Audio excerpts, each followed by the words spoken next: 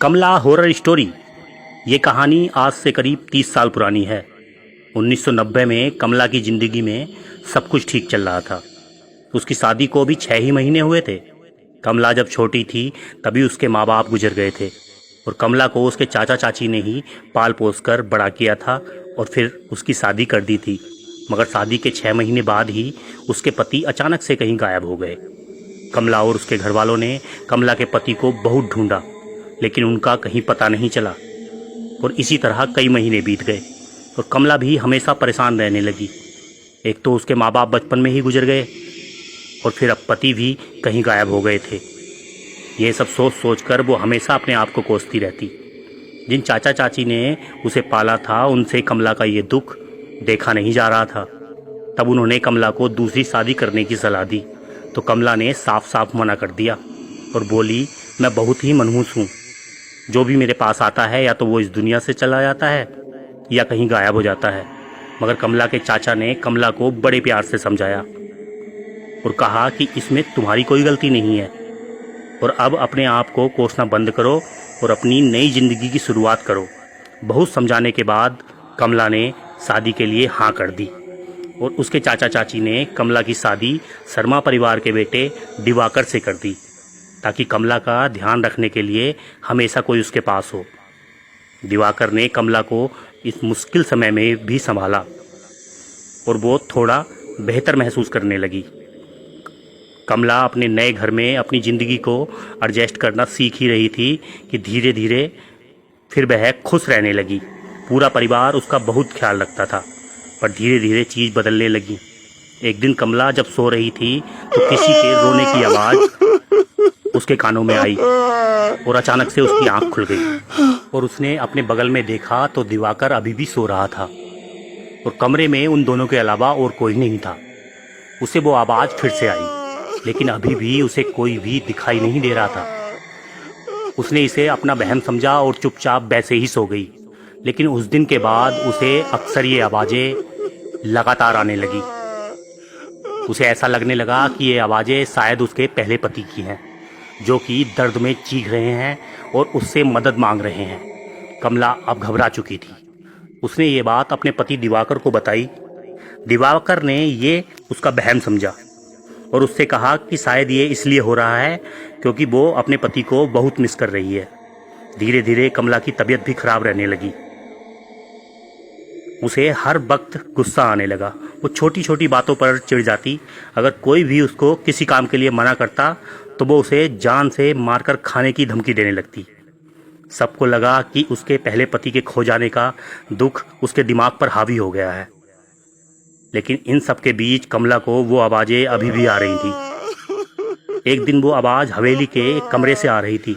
उस कमरे में जब वो गई तो उसे वहाँ एक काली मूर्ति मिली। उस मूर्ति को देखते ही उसे एक अजीब सी बेचैनी महसूस हुई। लेकिन जैसे ही उसने उस मूर्ति को छुआ उसे बेहद अजीब सा लगने लगा। उसे घुटन सी महसूस होने लगी। उसे अचानक सांस तक लेने में तकलीफ होने लगी। कमला ने घबराकर उस मूर्ति को वहीं वापस रख दिया। कमला को डर लग रहा था। वो उस कमरे से जैसे ही बाहर जा रही थी तभी अचानक उसके पैर से कोई चीज़ टकराई। कमला ने ध्यान से देखा तो वहाँ एक इंसानी खोपड़ी, एक कपाल जो कि उसके पैरों में पड़ा था। उसने देखा कि उस कमरे में ढेर सारी इंसानी हड्डियाँ इधर उधर पड़ी थीं और हर जगह खून ही खून हो रखा था। वो तुरंत उस कमरे से बाहर निकलकर अपने कमरे में आई और दिवाकर को सारी बात बताई और उस मूर्ति के बारे में पूछने लगी। तो दिवाकर ने बताया कि वो मूर्ति शापित है और उस मूर्ति ने हमें और हमारे घर वालों को बहुत परेशान किया है, इसलिए हम उस कमरे को हमेशा बंद ही रखते हैं। यह सब सुनकर कमला के होश उड़ गए और वो बेहोश हो गई। कमला ने जब अपनी आँख खोली तो वो अपने कमरे में थी और सब घर वाले उसके पास ही खड़े थे। कमला उन्हें सब कुछ बताने लगी, लेकिन सबने उसको बताया कि तुम किसी भयानक सदमे में थी। उन्होंने कमला की नज़र उतारी और कमला को फिर से सुला दिया और उस रात कमला हमेशा हमेशा के लिए बदल गई। उसका पति जब डिनर करके कमरे में आया तो उसने देखा कि कमला अपने बिस्तर पर ही नहीं है, बल्कि कमरे के कोने में दीवार की तरफ मुंह करके ज़ोर ज़ोर से हंस रही है। उसने कमला का नाम पुकारा तो कमला मुड़कर रोते हुए उससे मदद मांगते हुए कहने लगी, मैं निर्दोष हूँ, मुझे बचा लो। कमला को इस हालत में देखकर दिवाकर बिल्कुल टूट गया और वो उसे गले लगाकर शांत करने लगा। किसी तरह वो कमला को शांत करके बिस्तर पर लिटा दिया और वो रात जैसे तैसे बीत गई और अगले दिन कमला की तबीयत और ज़्यादा बिगड़ गई। अगर कोई भी उसका नाम लेता तो वो उसे जान से मारने की धमकी देती। कमला की शक्ल भी अब धीरे धीरे बदलने लगी थी। उसका चेहरा बिल्कुल सफ़ेद पड़ गया था और आंखों के नीचे काले गड्ढे हो गए थे और बिल्कुल पागलों की तरह बिहेव करने लगी थी। सारा परिवार कमला को इस हालत में देखकर बहुत परेशान था, क्योंकि कमला ने अब रातों को हंसना और रोना शुरू कर दिया था। कमला पूरे पूरे दिन हंसती और पूरे पूरे दिन रोती रहती थी। परिवार को लगा कि कमला अब पागल हो चुकी है, लेकिन उससे पहले वो कुछ कर पाते, उनके साथ एक बहुत बड़ा हादसा हुआ। एक दिन शाम को कमला के ससुर अपने कमरे में बैठे थे। तभी उन्हें ऐसा लगा कि उनकी पीठ के पीछे कोई खड़ा है। उन्होंने मुड़कर देखा तो कमला वहाँ खड़ी पागलों की तरह हंस रही थी। कमला के ससुर जोर से चिल्लाए और सब लोगों ने कमला को पकड़कर उसके ही बेड से बांध दिया। लेकिन देर रात दिवाकर ने देखा कि कमला अपने बिस्तर पर ही नहीं है। उसने बाहर जाकर देखा तो कमला भागते हुए अपने ससुर के रूम में घुस गई। दिवाकर कमला को पुकारता हुआ उनके कमरे में घुसा और इससे पहले वो कुछ कर पाता, कमला ने अपने ससुर को पकड़ लिया और बिना कुछ सोचे समझे उन्हें जानवरों की तरह मारकर उनके शरीर का मांस नोचने लगी। पूरा घर चीखों से गूंज उठा, लेकिन किसी की हिम्मत कमला को रोकने की नहीं थी। दिवाकर और उसकी माँ ने कमला को उसी के ससुर के लाश के साथ ही कमरे में लॉक कर दिया। उन्हें कुछ समझ नहीं आ रहा था और अंदर कमला पागलों की तरह चिल्लाई जा रही थी और वो जोर जोर से चीख कर कह रही थी कि मैं सबको खा जाऊंगी।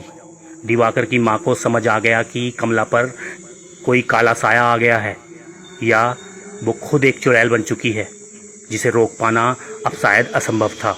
उस रात दोनों माँ बेटे उस हवेली से निकलकर अपने एक रिश्तेदार के घर चले गए और उन्होंने उन्हें बताया कि कमला के साथ जो हो रहा है वो कुछ ठीक नहीं हो रहा है और वो कोई इत्तेफाक नहीं बल्कि कोई काला जादू है जो उनके घर के पूर्वज करते करते मर गए।